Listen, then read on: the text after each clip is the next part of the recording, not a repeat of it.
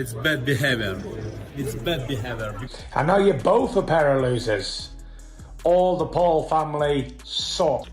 Yeah, man, I feel for that. I'm hoping everybody frame is good, and I'm hoping, speedy recovery.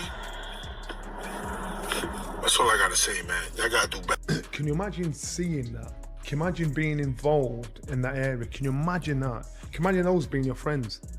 You can't even imagine, the trauma, the mental trauma how that would affect anybody.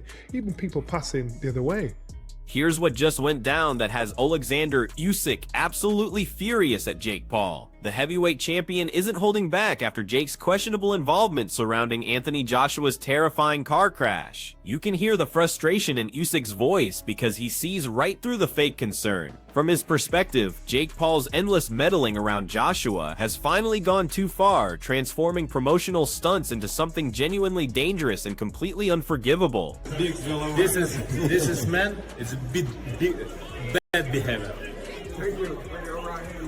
Listen to how Tyson Fury handles this situation compared to Jake Paul, and the difference is night and day.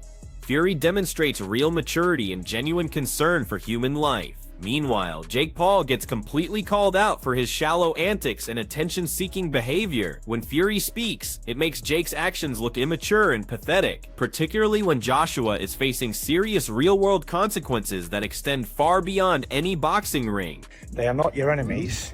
They are your brothers and sisters under God. We all came from Adam and Eve. In the beginning, Jake Paul keeps running his mouth like someone who completely misses the severity of what actually happened here. He's making wisecracks and acting tough, while Anthony Joshua recovers from life-threatening injuries. His response reveals everything you need to know about his character. This isn't being confident. This is being completely clueless. Experienced fighters understand when silence shows strength, but Jake Paul continues proving he can't recognize serious moments or show basic human decency. Because I guess the point it proves about what I'm gonna say is like, humble yourself and shut the fuck up and stop trying to act so hard. Because what I'll say is, and what I say to all these tough guys in my head, and I guess now I'm saying it publicly, is, are you bulletproof?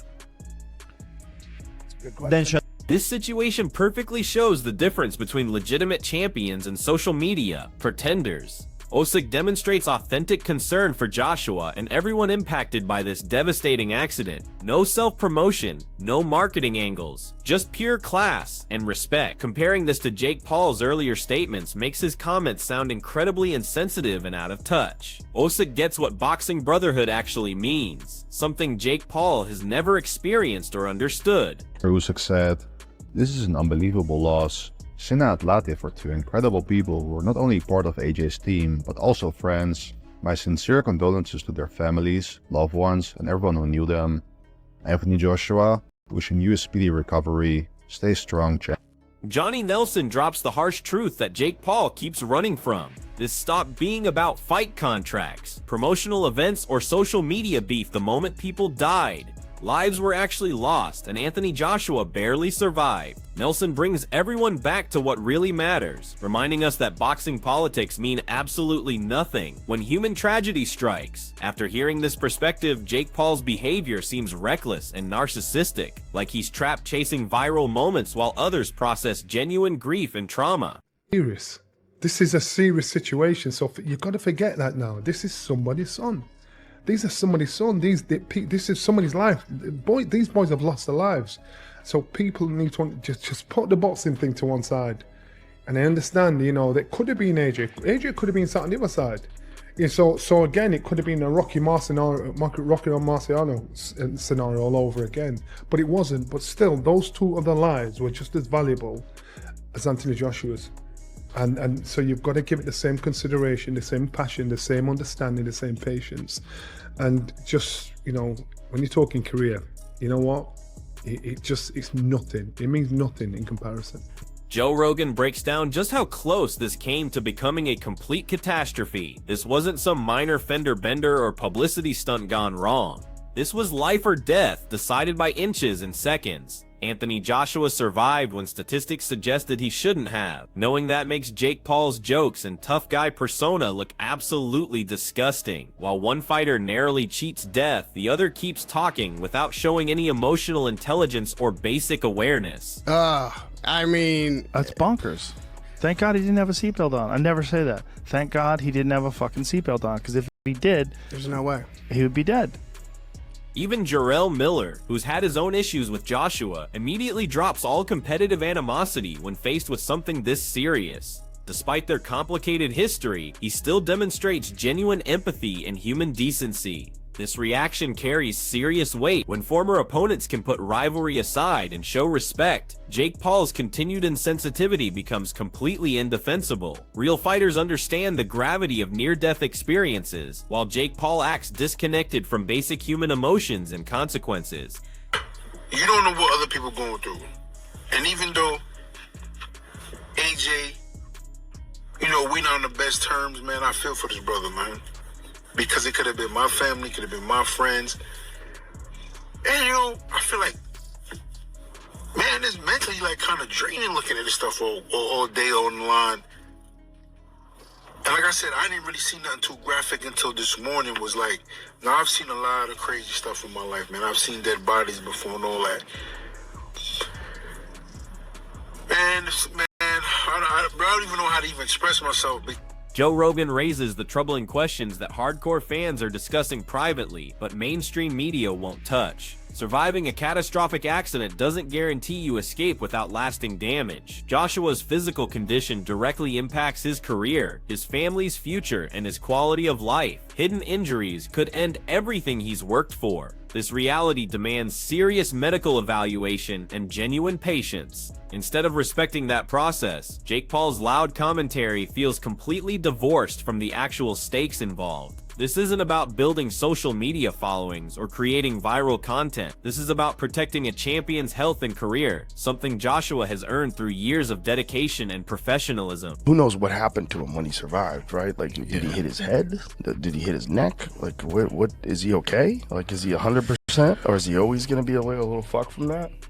Johnny Nelson speaks from decades of experience inside and outside the boxing world. He reminds everyone that competitive rivalries eventually end, but losing someone close to you haunts you forever. Anthony Joshua represents more than athletic achievement in this moment. He's someone's family member who almost didn't come home that night. Understanding this context makes Jake Paul's behavior look even worse than before. While mature voices reflect on mortality and responsibility, Jake Paul continues manufacturing controversy for clicks and engagement. Nelson's wisdom grounds this entire situation and exposes who actually comprehends the weight of these circumstances. That's how valuable life is, and how things can change in a heartbeat. So when we talk about fights and we talk about beefs and, you know, these things are just nothing when it comes to real life and losing a life. So it was a sad thing to hear, a sad thing to see. God knows how it'll affect those that saw it mentally, emotionally. But you've got to think about these two men were somebody's child, someone's brother, and that's what you've got to think about. Those people that have lost their lives. Boxing analysts keep emphasizing something casual fans often forget. Anthony Joshua can absorb tremendous punishment during professional fights, but vehicular trauma operates by completely different rules. A fighter conditioned for controlled violence inside the ring still faces serious limitations when dealing with sudden, unexpected impact forces. Genuine recovery requires extensive time and medical supervision, not quick photo ops and positive social media updates. This reality makes Jake Paul's ongoing commentary seem irresponsible and potentially harmful. It's a sobering reminder that physical toughness doesn't equal invincibility, and Joshua's remarkable resilience deserves genuine respect rather than cheap exploitation. Been through such a severe car accident there. Like, all right, he's lucky enough to still be alive, but fuck me, his body must be going through a lot right there. This is not a man who winces in pain easily, right? He gets punched for a living, and obviously, like, you're supposed to take people out of car accidents like that with great care because you don't want to. Eddie Hearn immediately shifts focus toward what actually matters during crisis situations. Comprehensive medical support, family protection, and mental health resources take priority over press conferences and public relations. Joshua's team implementing strict privacy protocols demonstrates how elite boxing management operates when facing genuine emergencies. This professional approach contrasts sharply with Jake Paul's behavior, making his involvement seem inappropriate and unwelcome. While serious work happens away from cameras, external noise only emphasizes who belongs in professional boxing versus who treats the sport like entertainment content. AJ, you one lucky lad. God bless you, I'm glad you're alive again. Shocked me, it has. Terrible. Anyway, good luck everybody, and try and enjoy the new year as much as you can and be safe. John Fury's emotional response comes from someone whose family lives with fighting risks every single day. There's no competitive calculation here, just pure relief that Joshua survived against terrible odds. This authentic reaction cuts through all the online nonsense and manufactured drama. When respected boxing families respond with such genuine emotion, it reveals how serious this situation truly is. Jake Paul's trolling attempts look increasingly pathetic when measured against voices like this. True respect gets earned during moments of crisis, and Anthony Joshua continues receiving it from people who matter most in boxing.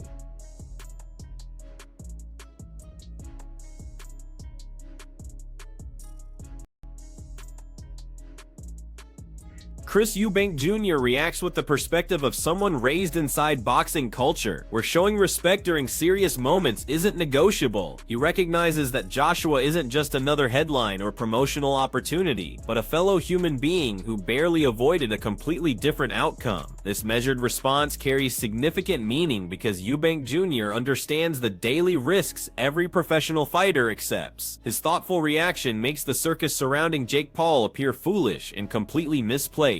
While Eubank Jr. considers safety in reality, Jake Paul keeps chasing relevance through careless commentary. That growing contrast becomes more obvious every day. Just 2 weeks ago, this guy's in front of the whole world. Netflix, millions of dollars, breaks Jake Paul's jaw in 2 places. Decides to go back to Nigeria, almost dies. 2 of his closest friends pass away in the accident. You never know what day's your last. Breaking down the timeline hits differently when you realize how quickly everything changed. Joshua goes from performing on boxing's biggest stage to literally fighting for survival within hours. This isn't scripted entertainment or promotional buildup. This is real life crashing down without warning or preparation. Framing it this way makes Jake Paul's previous trash talk sound embarrassing and completely tone deaf. Joshua handled his professional obligations with excellence, then faced something far more challenging than any opponent. Meanwhile, Jake Paul remains stuck chasing shock value in viral moments. This crisis exposes how superficial that entire approach really is. Nigeria, it's just sad. It just makes you realise how valuable life is and how things can change in a heartbeat. So when we talk about fights and we talk about beefs and these things are just nothing when it comes to real life and losing a life. So it was a sad thing to hear, a sad thing to see. God knows how it'll affect those that saw it mentally, emotionally. But you've got to think about these 2 men who were somebody's child, someone's brother. And that's what you've got to think about, those people that have lost their lives. The message about priorities needs constant repetition because some people keep missing the point entirely. Human life outweighs every professional rivalry, every business disagreement, and every personal conflict. Anthony Joshua came within moments of tragedy, while others weren't fortunate enough to survive their accidents. Speaking for families affected by loss and fighters who understand these risks, there's absolutely no space for foiling when people are grieving. Anthony Joshua continues earning compassion and support because he conducts himself with consistent dignity. Jake Paul continues revealing the massive gap between seeking attention and possessing genuine character. I think it's some very interesting and germane points you make there in this moment, Raheem. That I think what I've noticed, that obviously there were a kind of panoply of opinions about him fighting Jake Paul, to take it back a week and a half. I mean, I was critical of that fight being signed, first of all, because I worried about the dangers for Jake Paul. He got his jaw broken at the end of the day, and kind of used the scars as a flag in his new moon. delusionally optimistic, in his words, as he is about these things. So Anthony Joshua went to America a week and a half ago, 2 weeks ago, played the role which he needed to play, was very classy. Looking back at pre-fight concerns, many experts question whether Joshua should have taken that particular bout because they understood the associated risks. Those worries proved tragically relevant. Anthony Joshua approached that situation with complete professionalism and composure throughout. Jake Paul emerged from their interactions with visible damage, but chose to treat injuries like trophies instead of learning opportunities. That response reveals everything about their respective mindsets. Joshua traveled internationally, fulfilled his obligations, and maintained respect for everyone involved. Jake Paul selected provocation over self-reflection and growth. Joshua's SUV struck the stationary truck. So I just want to give you guys the breaking news. Unfortunately, Anthony Joshua was involved in a car accident in Nigeria. Prayers to Anthony J. Joshua. Responsible reporting focuses on confirmed facts and genuine concern for Joshua's family rather than speculation or sensationalism. This careful approach reflects exactly how such serious stories should be covered. No wild theories, no manufactured drama, just verified information and authentic empathy. This methodology highlights the gravity of current circumstances. While professional voices prioritize accuracy and compassion, Jake Paul remains associated with reckless commentary and inappropriate timing. Joshua's accident isn't content for jokes or social media engagement. It's a stark reminder of life's fragility and uncertainty. Looking at how this situation develops, the boxing world faces important questions that extend far beyond championship belts and pay-per-view numbers. Anthony Joshua survived something that easily could have ended his life, and the overwhelming response from legitimate fighters demonstrates where authentic respect actually lies. Oleksandr Usyk, Tyson Fury, Eddie Hearn, Johnny Nelson, and countless others responded with maturity and humanity, while Jake Paul's involvement continues surfacing in ways that highlight his lack of responsibility when situations become genuinely serious. This was never about promotional campaigns or online engagement metrics. It was about mortality, loss, and miraculous survival against impossible odds.